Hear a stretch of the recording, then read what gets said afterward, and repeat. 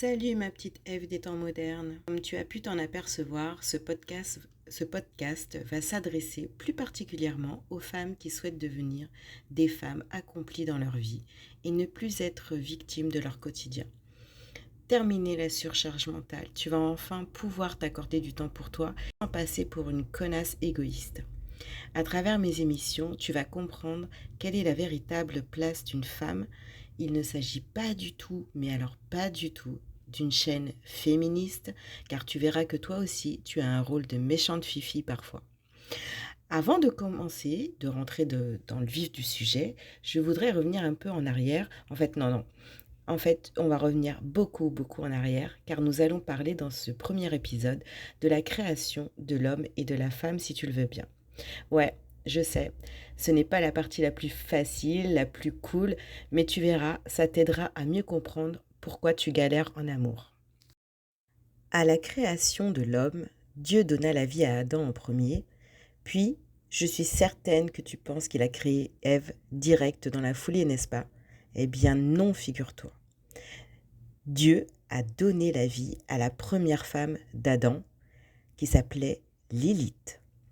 Elle, c'était vraiment son égale.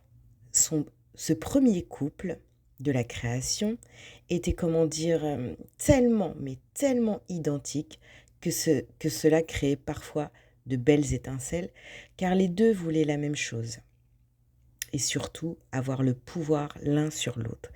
Comme tu peux te l'imaginer, ça ne marche pas, évidemment.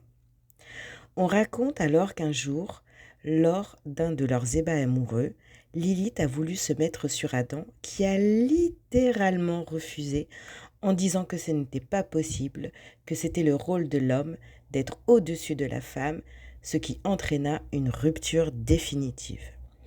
Bien sûr, il s'était passé d'autres événements pour qu'ils en arrivent là, mais ça a été vraiment le gros déclencheur de la fin de leur histoire. Lilith a fui l'Éden pour ne jamais revenir car elle refusait d'être soumise.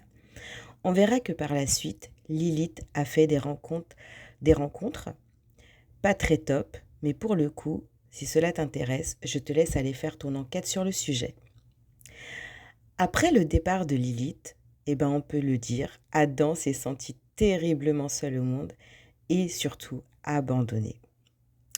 Alors, Dieu lui donna une deuxième chance en créant Ève à partir d'une de ses côtes. Je suppose que tu connais un petit peu l'histoire, blablabla, blablabla.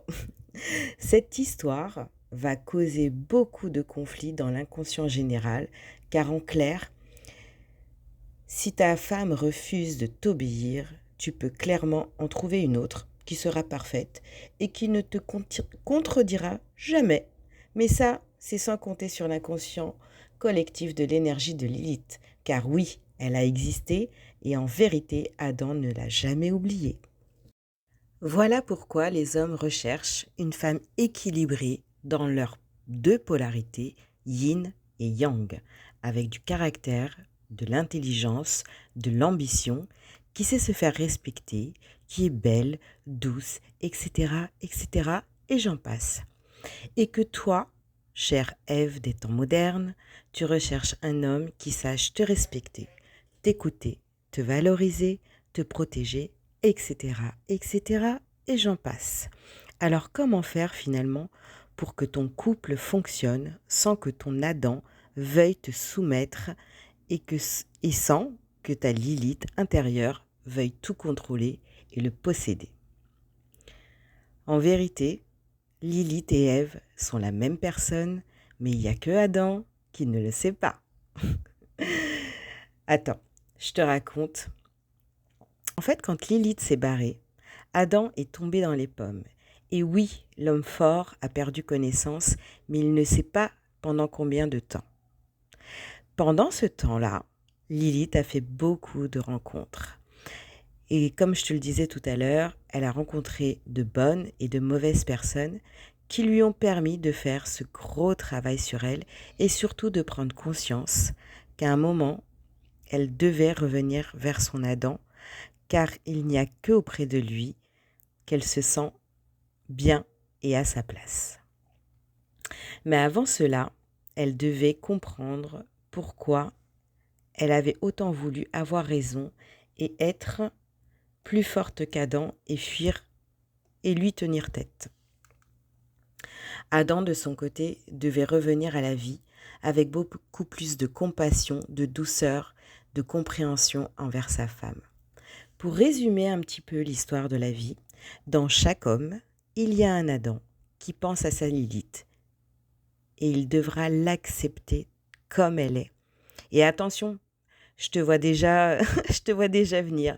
Non, non, non, ça ne veut pas dire qu'il pense à une autre nana, ça veut juste dire que c'est sa face cachée, ce qu'il ne te dit pas, ses envies, qu'il recherche vraiment dans une femme.